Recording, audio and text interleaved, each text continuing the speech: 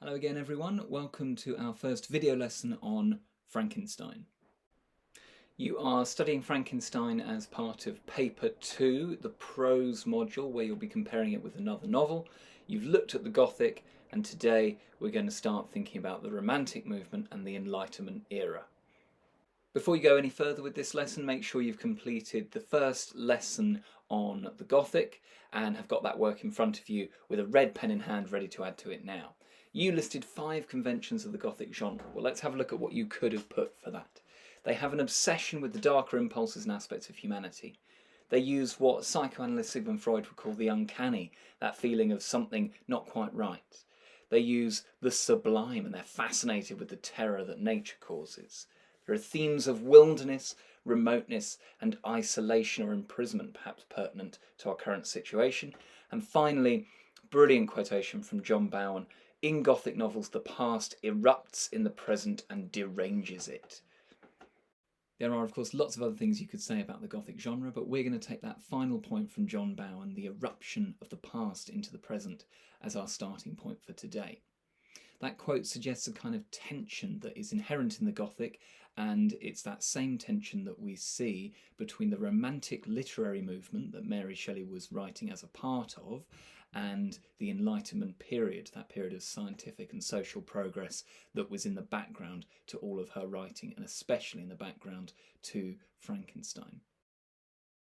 Here's the thing about the Enlightenment. We slightly ruin it for you at GCSE in English by telling you that people like William Blake and Wordsworth, they were responding against the Enlightenment. So we teach you from day one that it's something to be reacted against, but actually it's the beginning of the kind of life that you enjoy today. So it's a period of enormous scientific advancement. Rationality and logic for the first time become the guiding principles of life and human existence. You've got the discoveries of Copernicus, Galileo and Newton, which seem in some way to underpin this new way of thinking.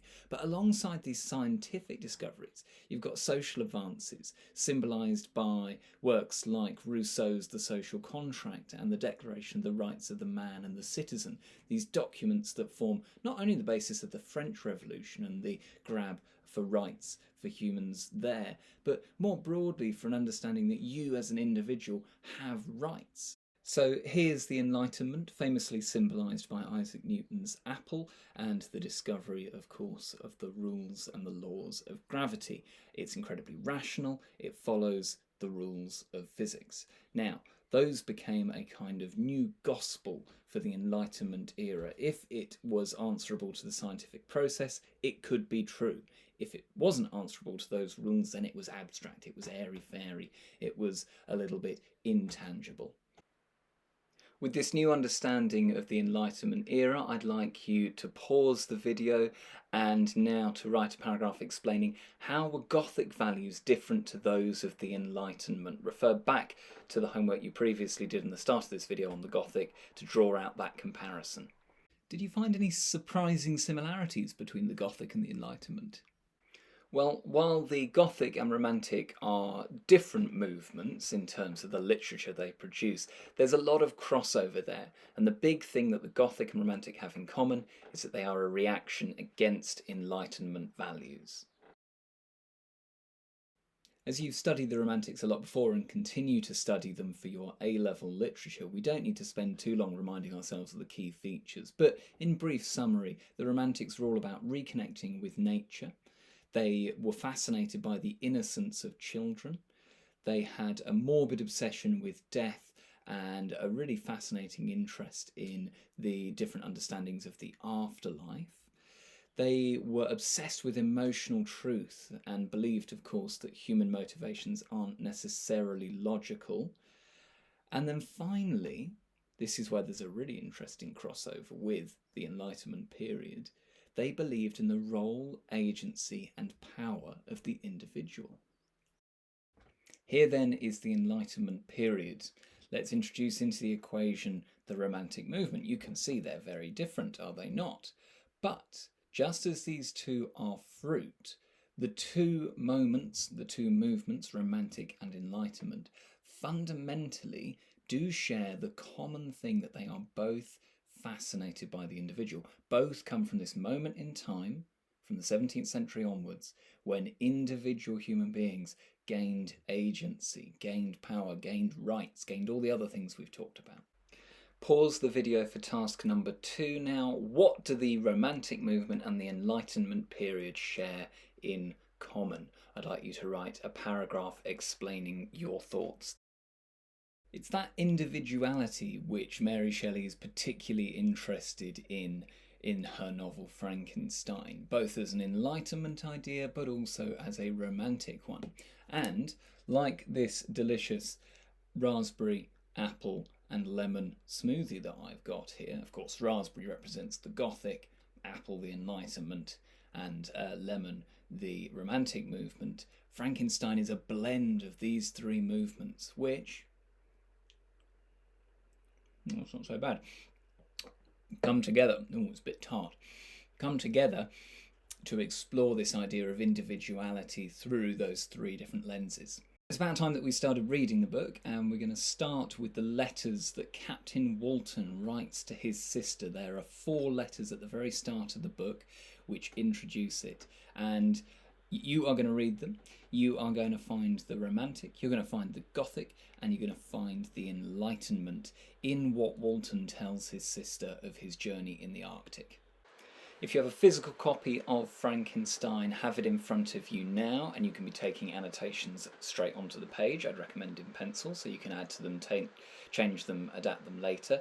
If, on the other hand, you've not, and I appreciate in current circumstances you might not have a copy of Frankenstein to hand, then use the Project Gutenberg version, a link to which is in the description of this video. Now let's read the opening of the story together. The novel begins with letter 1 from Captain Walton to his sister Mrs. Saville. We know he sent it from St. Petersburg in Russia, and we know the year is 17-something, but there's an air of mystery around which year. You will rejoice to hear that no disaster has accompanied the commencement of an enterprise which you have regarded with such evil forebodings. I arrived here yesterday, and my first task is to assure my dear sister of my welfare and increasing confidence in the success of my undertaking.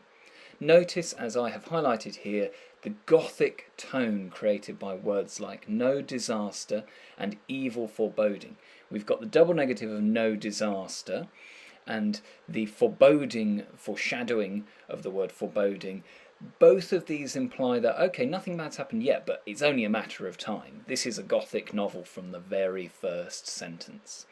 But then there's equally the semantic field of the Enlightenment here. An enterprise sounds both like a business venture, but also something like a voyage of discovery that Captain Walton, is going on.